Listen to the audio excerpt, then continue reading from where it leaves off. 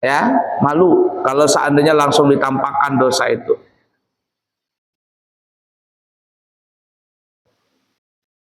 Sehingga Allah menyebutkan di dalam Al-Quran, wa ma kana Allahu mu'adzibahum wa anta fihim, wa ma kana Allah mu'adzibahum wa hum yastaghfirun. Kata Allah, dan Allah tidak pernah akan mengadab satu kaum. Kaum itu tidak pernah Allah azab, apalagi cuma satu orang. Walaupun kaum itu berbuat dosa, Allah belum langsung mengadab. Apalagi cuma satu orang yang berbuat dosa. Allah tidak akan mengadab kepada satu kaum kalau seandainya engkau masih ada di antara mereka, wahai Nabi Muhammad.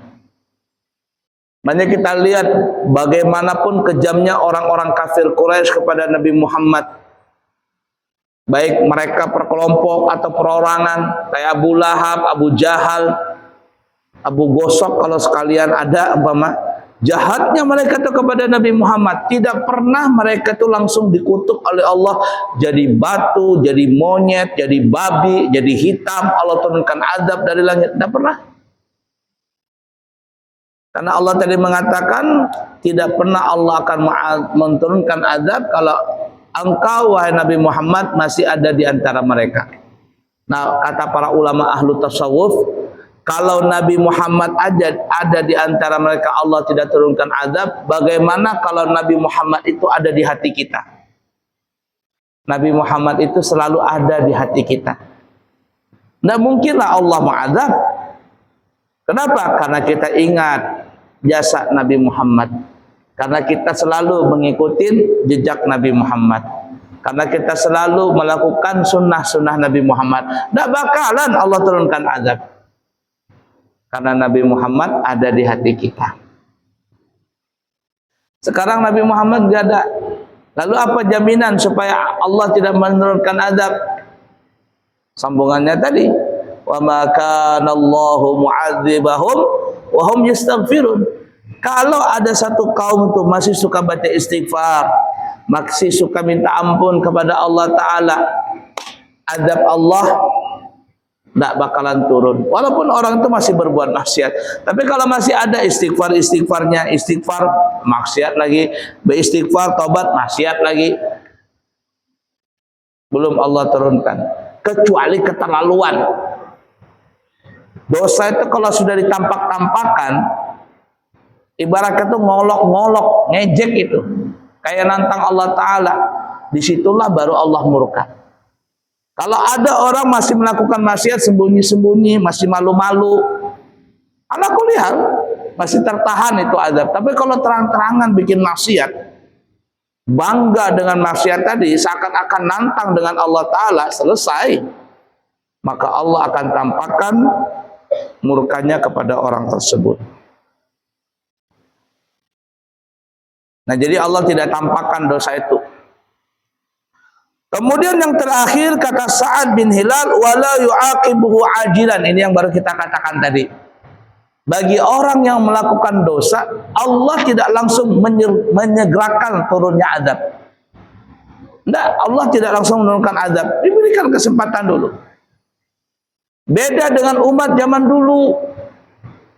Kalau ada orang yang melakukan maksiat dan maksiat itu sungguh keterlaluan, ada yang langsung berubah, wajahnya jadi monyet, bahkan wujudnya jadi monyet. Ada yang jadi babi langsung. Ada yang langsung ditenggelamkan ke dasar bumi, ada.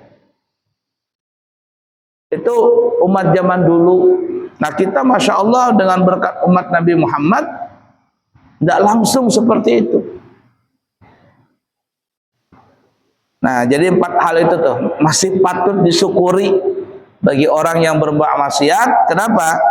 Karena Allah satu, tidak menahan rezekinya, tidak memblokir rezekinya. 2, Allah tidak juga memblokir kesehatannya. 3, Allah tidak tampakkan dosa itu kepada orang yang berbuat maksiat. Dan yang keempat, Allah masih menunda turunnya azab. Tidak lain, tidak bukan, semua itu satu. Karena Allah Maha Rahman, Maha Pengasih, ya, Maha Kasih. Yang kedua, Karena Allah ingin memberikan kesempatan kepada orang pendosa itu untuk bertobat. Ya. Dan yang ketiga adalah karena berkat kita sebagai umat Nabi Muhammad sallallahu alaihi wasallam. Nah, karunia itu patut kita syukuri bagi orang yang bermaksiat, apalagi kita patut bersyukur bagi orang-orang yang tidak berbuat maksiat. Tapi jangan mentang-mentang dengar dalil ini lalu gampang melakukan maksiat, jangan ya, jangan. Karena ya tadi kata ulama, kalau ada orang berbuat maksiat terang-terangan, bangga dengan maksiat tadi, dipamerkan maksiat tadi, bahkan seakan-akan nantang Allah Ta'ala, nah ini ibarat kata dikasih jantung, dikasih hati, minta jantung lagi. Disitulah terkadang Allah jadi murka, bukan karena dosanya orang itu, tapi karena keangkuhan orang itu berbuat dosa.